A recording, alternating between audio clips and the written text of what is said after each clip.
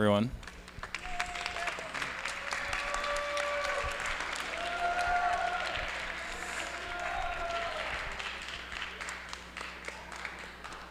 Okay, thank you, Caden, for starting us off so strongly this morning. That was a wonderful job.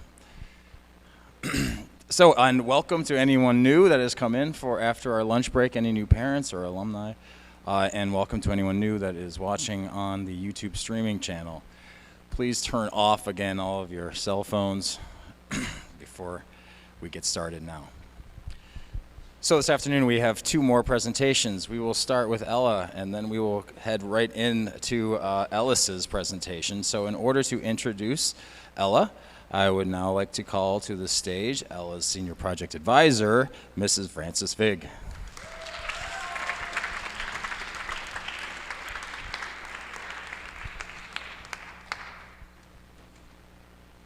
I think we're all aware that there is a battle taking place for the rights over the wombs of every fertile person in this country.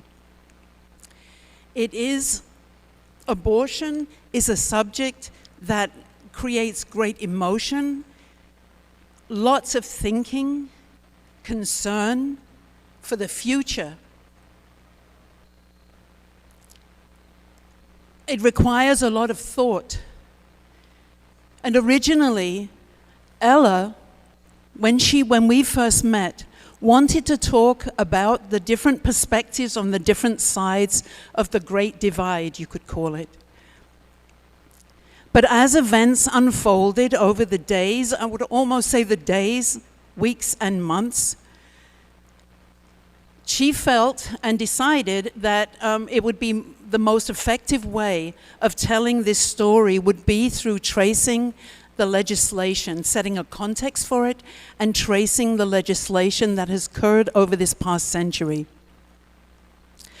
I have watched Ella approach these questions with openness, with dignity, with a respect for personal choice. Even as we met this morning, events have been heating up so much that she has had to really think about, what do I say today? So this speech that you are going to hear, I would say, is up to the minute. I have learned a lot from Ella, her commitment, the seriousness, the depth, and the breadth of her research. And I don't want to take any more time away from her because she has a lot to say. So please welcome Ella Majeski.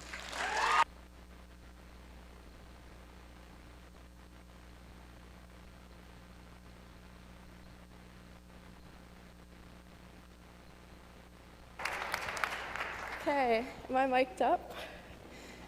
The leg's fine, I just fell down an escalator, but we're good. Okay, hi everyone. My name is Gabriella Majeski, and I'm going to be talking to you today about how a century of legislation has criminalized a choice. So I want to preface with saying that my project is a story of abortion restrictions, bans, and alleviation, and a story of a hidden history, a true one. I want to tell you how centuries of practice, discourse, lawmaking, and advocacy have put us in the position we are today in regards to abortion topics. The topic and question of abortion policy has taken the US by storm for the past century, with heated arguments being passed back and forth among state legislators, activists, and the Supreme Court. I want to start with a quote by poet Rupi Kaur, who published her book Milk and Honey when she was only 21 years old. She says that women's bodies are not our battlegrounds, which seems a simple enough quote to understand, but I believe that it captures how a century's worth of discourse and criminalization have turned pregnant individuals' bodies and choices into a war between two very different political ideologies. Whether pro-life, pro-choice, or anywhere in between, it's essential for us to acknowledge the negative effects all abortion-seeking and considering individuals experience today. As of today, the right to safe abortion is a constitutional right, protected by 1973 landmark Supreme Court case Roe v. Wade, which deemed abortion legal to all US citizens. The political climate that fostered such a decision took years for abortion rights activists to achieve, in which they are still trying to uphold today. By exploring the reasons an individual considers an abortion, the laws that restrict that decision, and the history behind such rulings, we can better understand exactly how detrimental abortion bans can be, both mentally and physically, for abortion seekers. According to Harvard Health, the definition of abortion is described as: abortion is the removal of pregnancy tissue, products of conception, or the fetus and placenta after birth from the uterus. The term abortion refers to any premature removal of a human fetus, whether it be naturally spontaneous, as in a miscarriage, or artificially induced, as in a surgical or chemical abortion. In contrast, the action of having an abortion defined by the Religious Institute, one faith-based institute located in Connecticut, is as follows.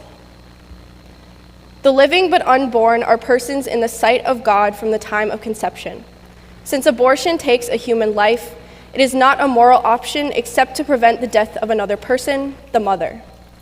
The sin of willfully aborting a child, except in those very rare situations where it may be necessary to save the life of a mother, is a sinful act totally contrary to the will of God. We can already see from both of these definitions the current divide in our society, most specifically between medical and non-medical arguments when talking about abortion. The history. The right to safe abortion access is solidly rooted in our country and the legislation of our country today, which is something that's easy to forget due to the many restrictions that are being passed through the states and perhaps the Supreme Court in the coming months. But to the surprise of many, abortion actually wasn't penalized or criminalized until the mid-1800s, shortly after the Civil War. In colonial times, abortion was normalized and actually encouraged by pharmacists due to the profits that they would receive from procedures. And the photo on your right is actually an illustration depicting an abortion procedure from the Renaissance, but it was often used in newspaper ads during colonial times. Using natural drugs to induce bodily reactions was a thriving business at the time, and medical literature regularly referred to such herbs and medications as methods of abortion. Abortion was allowed prior to quickening, which means the independent fetal movement first felt by mother, which happens at around 4 months. It was believed that prior to quickening, life didn't exist, and this was quite a universal belief among all religions at the time. Prior to the Civil War, white men weren't as involved in the doctoral practices we are familiar with today, specifically in the OBGYN category.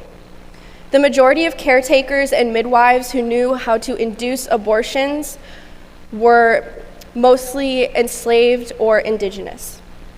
And these minority groups heavily assisted with abortion access at the time. In retrospect, they were also the most affected by later abortion bans that were rooted in white supremacy and patriarchal strongholds.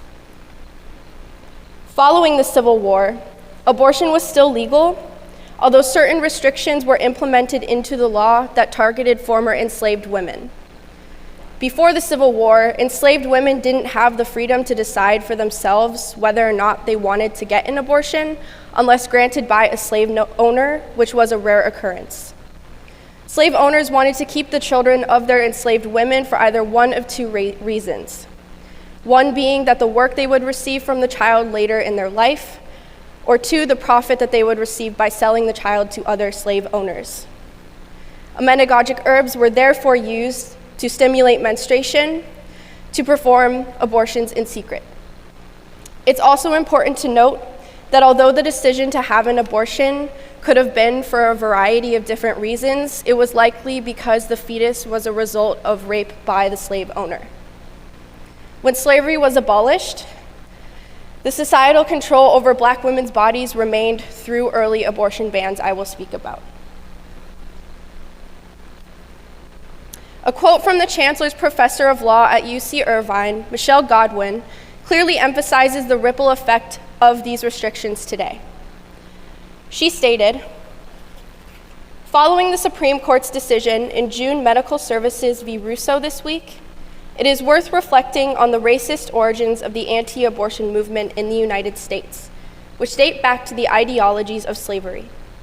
Just like slavery, anti-abortion efforts are rooted in white supremacy, the exploitation of Black women, and placing women's bodies in service to men. Just like slavery, maximizing wealth and consolidating power motivated the anti-abortion enterprise. Then, just as now, anti-abortion efforts had nothing to do with saving women's lives or protecting the interests of children. Today, a person is 14 times more likely to die by carrying a pregnancy to term than by having an abortion, and medical evidence has shown for decades that an abortion is as safe as a penicillin shot. And yet, abortion remains heavily restricted in states across the country."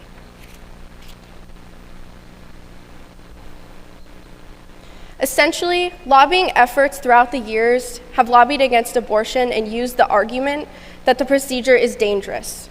And Dr. Godwin is debunking this, as well as many other common arguments we see today.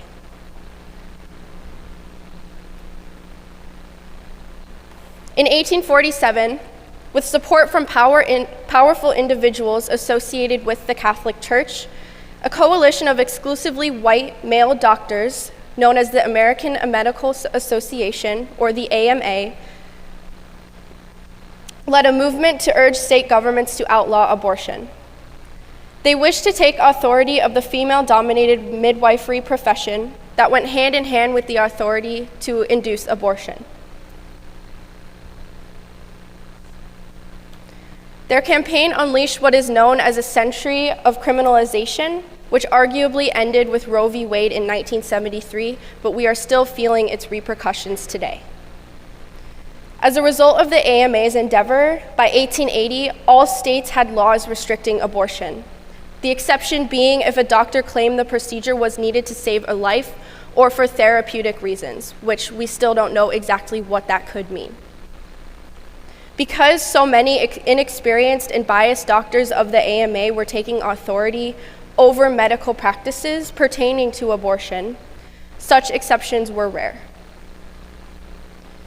Through their lobbying efforts, the stigma around the topic began to grow exponentially, and abortion became more and more criminalized due to the political climate the AMA started to perpetually foster.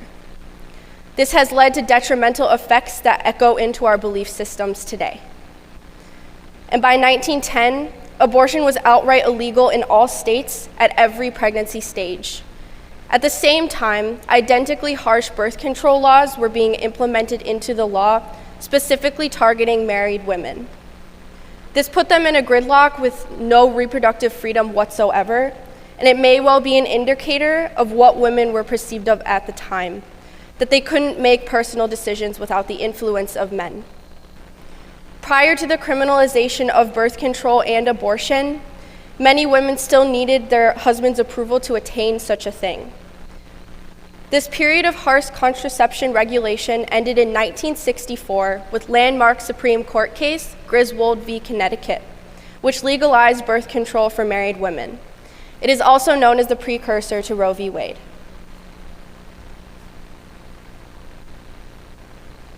As time went on, abortion bans became even stricter as a surge of immigration to the US began in the early 1900s.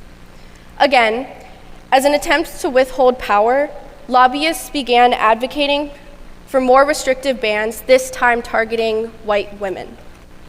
This meant that they would have the capacity to have more white children, resulting in whiteness remaining the demographic majority despite the diversity surge. The force behind this 19th century AMA movement, Dr. Horatio Storer, publicly announced his frustration and his future plans by stating, "Shall these regions be filled by our own children or by those of aliens? This is a question our women must answer. Upon their loins depends the future destiny of the nation."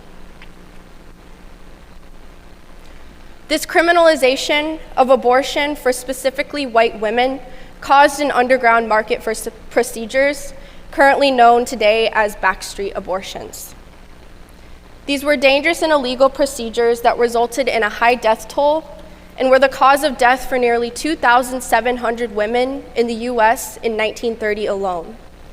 1 out of every 5 recorded maternal deaths, which is 18%, were a result of an illegal abortion that year.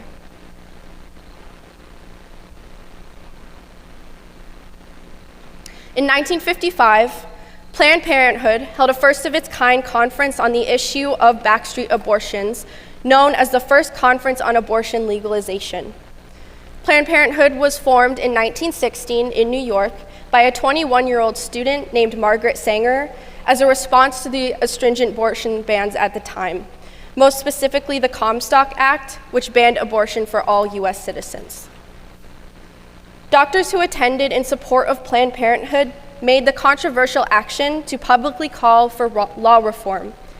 They claimed that laws should be written to allow doctors a greater latitude to provide abortion services, not just in life-saving cases. They argued that doing so would improve public health access to reproductive health care for people of lower economic status, which was an argument the AMA had directly lobbied against for centuries and years. In the late 1950s, a drug called thalidomide rose to popularity among thousands of pregnant individuals because of its easing effects. It was meant to ease pregnancy symptoms, but was later found to cause severe birth defects that endangered the pregnant person and compromised the fetus. A woman named Sherry Finkbein was a victim of this drug. She was a well-known TV show host in Arizona who took it in 1962 after being suggested by her husband, and soon after realized that something was wrong with her pregnancy and that her life was endangered. She attempted to have an abortion locally, but was refused by her doctor, and shortly afterwards she was identified to the public. She was bombarded by the media and began to gain global attention, and her family received thousands of death threats and hate mail, ultimately resulting in FBI protection. Ultimately, she decided to travel to Sweden to attain an abortion, which was something she could do because she was a white woman of upper class. But the majority of abortion seekers at the time couldn't do so, either due to their economic or racial status. But her demographics didn't stop the stigma she was affected by back home. The church in her town was vocal in condemning her actions despite her life being at stake. And according to Gallup, only 33% of Americans who identified as Catholic supported her decision, compared to 55% Americans overall. She lost her job and was publicly shamed in the years following. But despite the intense and negative responses she endured in public, her case is often cited as one of the key moments in the evolution of public perception of abortion. Most likely because she was the first public figure who was open about her abortion, although forcefully, which was eye-opening to a lot of women at the time. In Chicago, 1964, abortion law reform activists registered their first national group, known as the Association for the Study of Abortion, or the ASA, not to be mixed up with the AMA. Planned Parenthood joined the ASA shortly after its establishment and began conducting research that later improved abortion procedure safety. The ASA made the strategic decision to push for incremental increase of abortion access, while also exclusively advocating for only medically necessary cases. Because abortion was still largely villainized, it was critical for the ASA to be able to navigate their push for rights efficiently and strategically. They believed that legalizing only medically necessary cases at first would later pave the way for law reform for all abortion access across the 50 states. It's important to note that the 1960s was an era of change. With crusades like the Civil Rights Movement, Women's Liberation Movement, and Pride, this period fostered the political climate and environment necessary for a successful pro-abortion reform movement. The ASA was composed of many reliable doctors from around the country, as well as some of Planned Parenthood's own researchers. And due to these well-established members, the legitimacy of their arguments and the prestige of the movement was rarely questioned by the public, which ultimately aided them in court. Doctors at the ASA were unlike the AMA in the sense that their positions weren't taken by force and they were completely qualified in their work fields. It was around this time that the AMA had fully shifted away from its anti-abortion agenda and decided to focus on its core values stated by Dr. Nathan S. Davis to promote the art and science of medicine and the betterment of public health. Nevertheless, the repercussions of their early campaign rippled into this time period and created a toxic social environment for any abortion seeker. Although the ASA was the first pioneering organization to advocate for abortion rights, many law reform activists were dissatisfied with its somewhat conservative approach. And what I mean by that is that both the ASA and Planned Parenthood only advocated for these medically necessary cases, as I mentioned before. Because of this, the more radical activists were reluctant to join the ASA until 1969 during the first National Conference on Abortion Laws. This is where the National Association for the Repeal of Abortion Laws was founded, or the NARAL, which was the first national organization to advocate for all abortions rather than just these medically necessary cases. It is known today as an NARAL Pro-Choice America, and they are still around. The NARAL was different, and they began to bring about change by actively engaging in controversial actions that would gain plenty of public attention. They were highly influenced by the nonviolent yet controversial approach of the civil rights movement. They distanced themselves from the lobbying method that most pro-abortion reform groups had taken, including the ASA. Alongside the pro-abortion reform movement, the women's rights movement began to gain worldwide attention nearing 1969. And because abortion was considered a central feminist issue, the campaigns often intersected in their goals. Therefore, the NARAL received a bounty of support from women's organizations like NOW, the Red Stockings of New York, and the Chicago Women's Liberation Union. As their agenda became more impactful, the NARAL began to organize grassroots education initiatives and referral services. They held lessons on reproduction rights topics at local health centers and provided resources to find safer and trusted abortionists. Additionally, the NARAL would organize several televised debates with anti-abortion legislators. These politicians would display pictures of unborn fetuses as a way to sway the public eye, which is a tactic I think we are all very familiar with today. And the NARAL responded by using their own gruesome photos of victims who had died from an illegal abortion. It was through the NARAL's groundbreaking campaign that they began to make headway and progress through legal means. And leading up to Roe, 11 states had diminished their restrictions, and their push for rights came to a head at the District Court of Texas in 1970.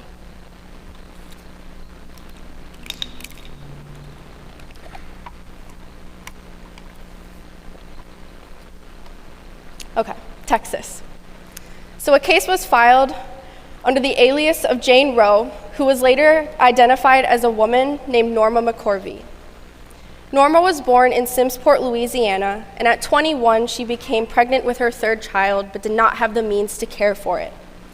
Her friends suggested that she falsely claimed that she had been raped by a group of black men in order to receive an exemption by state law, but she was denied despite her lie, which she later admitted to. After failing to attempt an abortion illegally, McCorvey was referred to Texas attorneys Linda Coffey and Sarah Weddington. Coffey and Weddington were interested in finding an abortion-seeking individual that would agree to be the face of their building case, and they believed that Norma was the perfect person for the job. They decided to conceal McCorvey's identity for safety purposes, and she didn't attend a single trial relating to her case. Texas court didn't rule in Roe's favor at first, so her lawyers decided to take the case to the Supreme Court on appeal. They waited 2 years before the Supreme Court heard the case, which was likely due to an overwhelming surge of lobbying from feminist groups and indeed the NARAL. At 26, Sarah Weddington argued Roe before an all-male Supreme Court on December 13, 1971. She re-argued on October 11, 1972, and the Supreme Court issued its opinion on January 22, 1973. Roe had won when the Supreme Court found that the Due Process Clause of the 14th Amendment protected an individual's right to choose to terminate a pregnancy prior to viability, which is a fetus's ability to live outside of the uterus. The Due Process Clause mainly discusses the many ways we Americans can exercise our right to choose.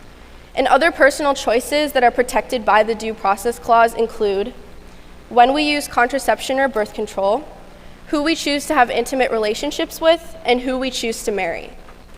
So if Roe were to be overturned, it's possible that the legitimacy of these rulings could also be questioned, since they were all rooted in the same part of the Constitution, which could be quite concerning for some people. Norma McCorvey published her first autobiography revealing her identity in 1994. It was titled I Am Roe, My Life, Roe v. Wade, and Freedom of Choice. At a book signing, she befriended a man named Flip Benham, who was an evangelical minister and the national director of the anti-abortion organization Operation Rescue. He motivated McCorvey to convert to Christianity, and on August 8, 1995, she was baptized in Dallas by Benham in his backyard pool.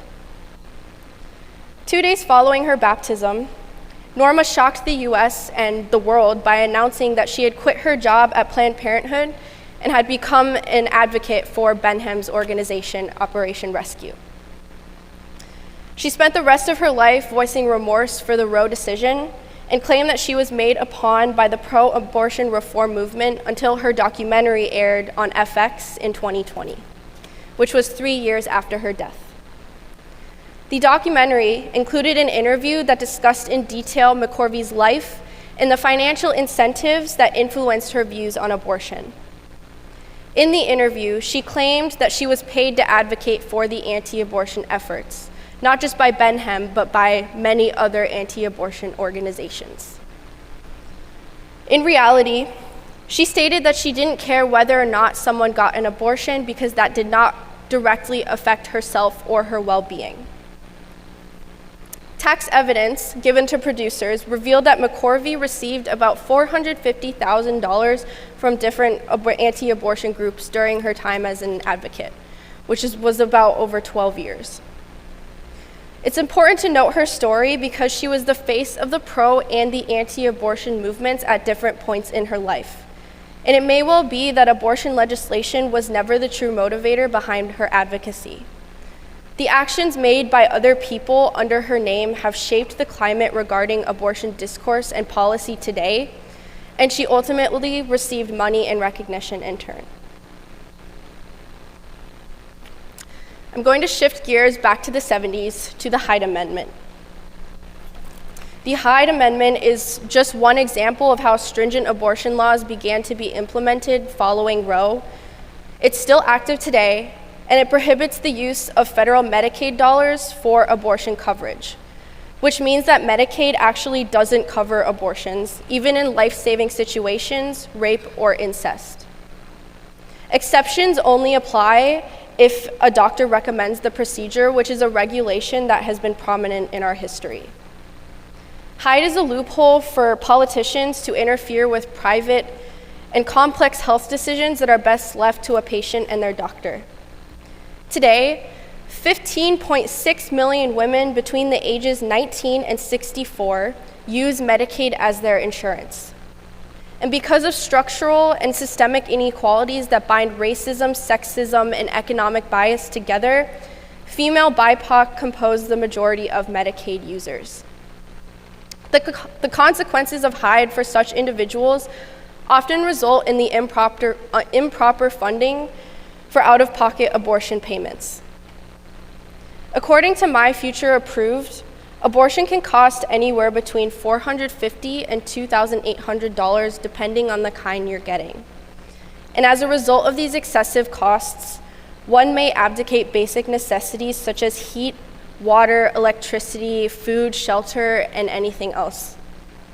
Another result of these high costs could be self-induced abortion or the consultation of an illegal, inexperienced practitioner, which are both extremely dangerous methods. Backstreet abortions are still common in the US due to Hyde, and according to the World Health Organization, 45% of abortions around the world are dangerous and illegal, many of which are composed of abortions in the US. States have found loopholes around Hyde in the past by using their own funding to cover abortion costs for state residents, and Illinois is a part of this enterprise, which means that we are not directly affected by Hyde, as well as 16 other states who use this agenda. Nevertheless, more than half of the country still fully abides by Hyde, as you can see on this map, with some states even intensifying its impact by imposing Hyde restrictions on other healthcare plans, including coverage for federal employees, military personnel, and families. Hyde isn't the only intense restriction Americans are affected by today. In fact, another abortion-related case passed through the District Court of Texas this past September, only this time it wasn't for the legalization.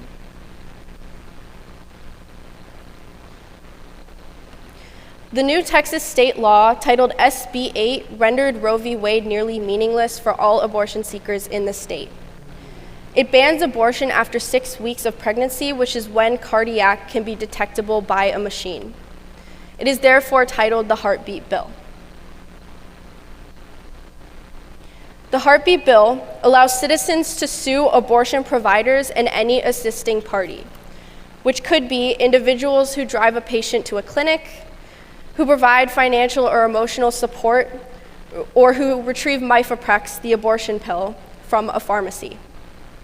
Citizens who file a suit aren't required to prove any personal connection to the person they're suing, and they also don't have to be a Texas resident. SB 8 makes no exception for cases of rape, incest, or risk of fatality, and it is the strictest abortion ban our country has seen since Roe. It is likely to become a trend among southern states, and actually has. Last Thursday, Mississippi actually passed an identical law, and they are considering making it a felony for people to leave the state and also attain abortion. Anyone who successfully sues under SB 8 is awarded a $10,000 minimum. And to prepare for future court filings, an organization known as Texas Right to Life established a whistleblower website, which allows anyone to anonymously submit a tip about who they believe to be violating SB 8. John Seago, Texas Right to Life legislative director, claimed that SB 8 does not target abortion seekers during a countersuit filed by a coalition of abortion providers. And he stated, "These lawsuits are not against the women. The lawsuits would be against the individuals making money off of the abortion industry itself. So this is not a spy on your neighbor and see if they're having an abortion," although many believe that that is exactly what this law is. 49 years after the Roe v. Wade ruling, on December 1st, 2021, the Supreme Court heard arguments in a case that directly challenges the current constitutional right to safe and legal abortion access. It is titled Dobbs v. Jackson Women's Health Organization. It is a Mississippi abortion law that bans the procedure at 15 weeks of pregnancy. Roe comes into question because Mississippi government requested that if Dobbs wins, the Supreme Court overturn Roe altogether. And the Supreme Court accepted the request during these hearings. If Roe is overturned, 24 states and 3 territories would immediately take action to wholly prohibit abortion access. And 12 of those 24 states have trigger bans implemented so that they would immediately ban abortion access. Overturning Roe would have more consequences than many would believe that stretch way beyond just reproductive rights. It would question the legitimacy of the Due Process Clause I discussed previously and the 14th Amendment altogether, that protect many personal decisions Americans freely make every day. To reiterate, who we choose to marry, when we choose to use contraception or birth control, and who we choose to have intimate relationships with. We don't know the outcome of the Mississippi case yet, as this is a different one that was passed last Thursday, and the decision from the Supreme Court is set to be made by June of this year.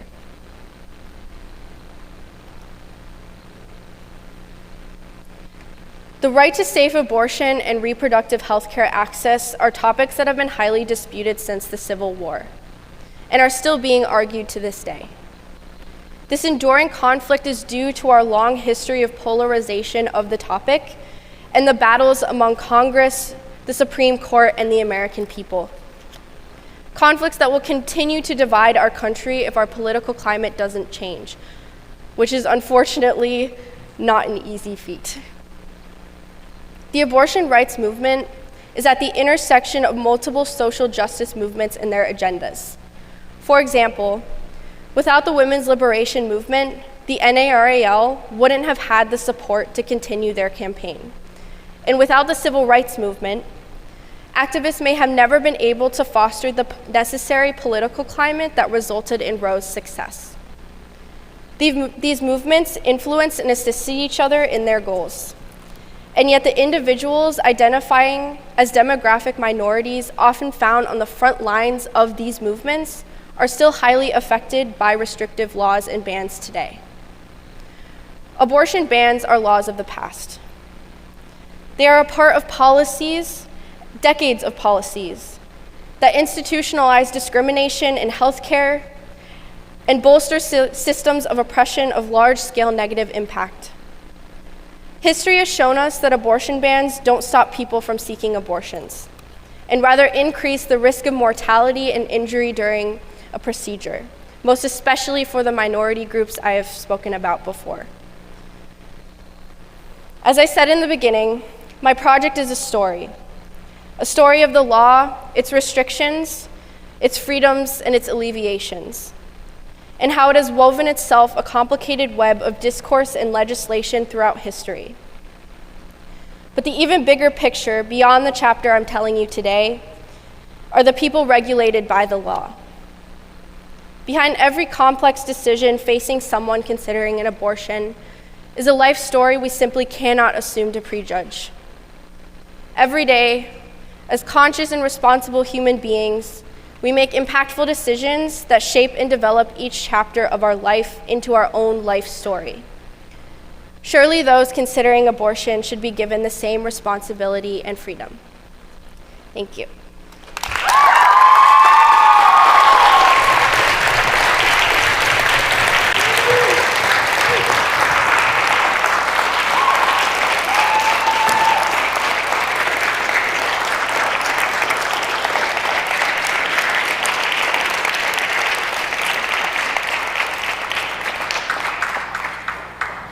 Thank you. Okay. I want to thank my mom and my dad for helping me with this project. I know you guys have heard me babble on about it these past few months. I want to thank David for coming all the way out from Germany to see me. I want to thank my class. You guys are going to do amazing, and good job, Caden, earlier. And I want to thank Ms. Blakemore for helping me with my paper. And I want to thank Ms. Vig for being the best senior project advisor I could have asked for. You've pushed me, you've helped me, and I have had a really good time connecting with you throughout this process. Thank you.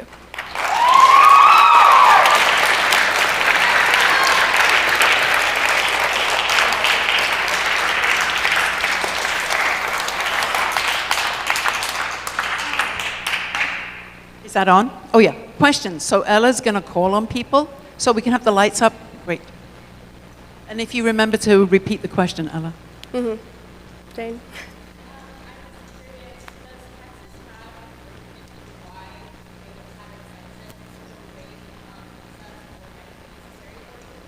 Okay, so she asked, does Texas have an argument for why they don't have exceptions to rape, incest, or medically necessary? Is that right? That is a really good question. I actually had to dig deep for this one. It's essentially no. It was very, very strange. They basically said because a doctor could technically recommend one, but because it doesn't happen very often, they didn't include it, but it's like assumed that a doctor could. That's what it said in the state law, but then again, like it was a very like gray area. So essentially, no, they don't.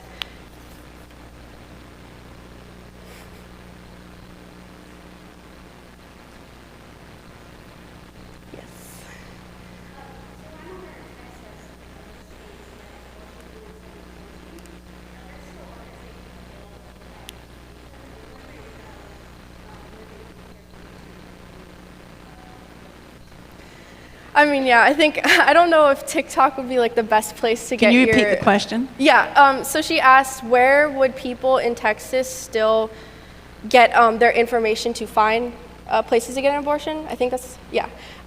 So first of all, I don't know if TikTok would be the best place to find medical information, but like obviously that could be one way to outreach. But yeah, I would say primarily social media. Which could be, a concern for people who are of lower economic statuses and maybe don't have access to a phone, who are maybe homeless, who need an abortion. I know that Planned Parenthood definitely, there's still a few around that have been, been able to stay afloat due to fundraising, but then again, they're probably likely to close soon. So I would say primarily social media, which is not a good sign.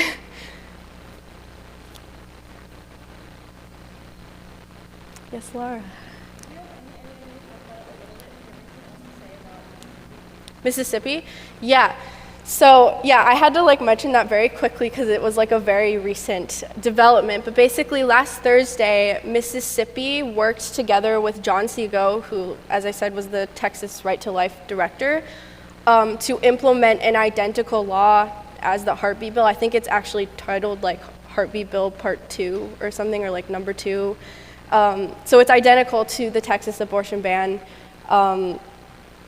which is kind of confusing because they're also disputing a ban that bans 15 weeks, but they've already banned after 6 weeks. And they are also taking it a step further and considering to make it a felony for any state resident to go outside of the state and get an abortion. So if I lived in Mississippi and I wanted to go to Illinois to get an abortion, that would be a felony, potentially. Julia?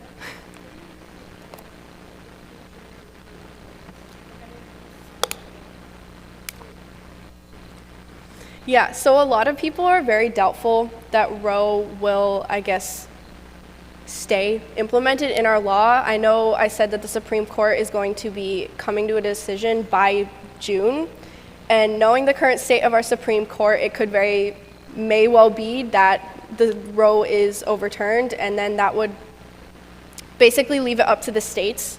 So we in Chicago and we in Illinois would most likely not be affected. Our policies wouldn't change on abortion, but that would affect a lot of states around the country. So on one hand, I feel like, yes, Roe may well could be overturned, but I think there would also be quite the outrage from a lot of people, and in that sense, I think our government might be a little apprehensive to overturning it, at least in this day and age, if that makes sense.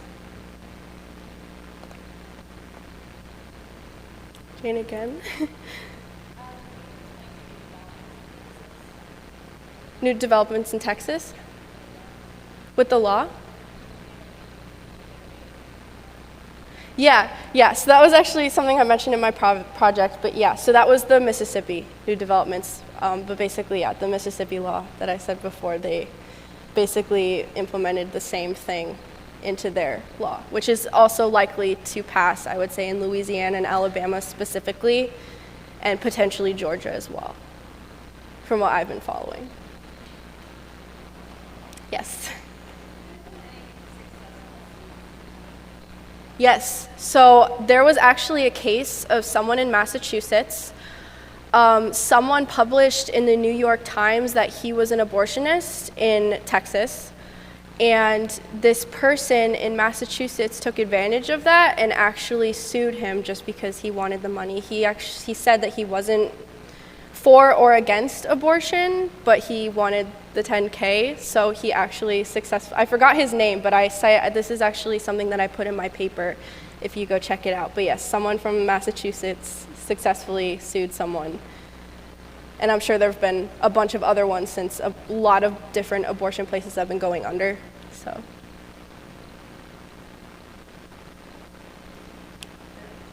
Yes.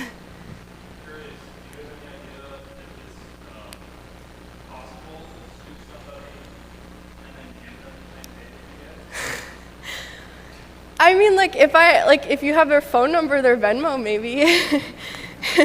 I don't know if that person would want to, but yeah. I don't see why not.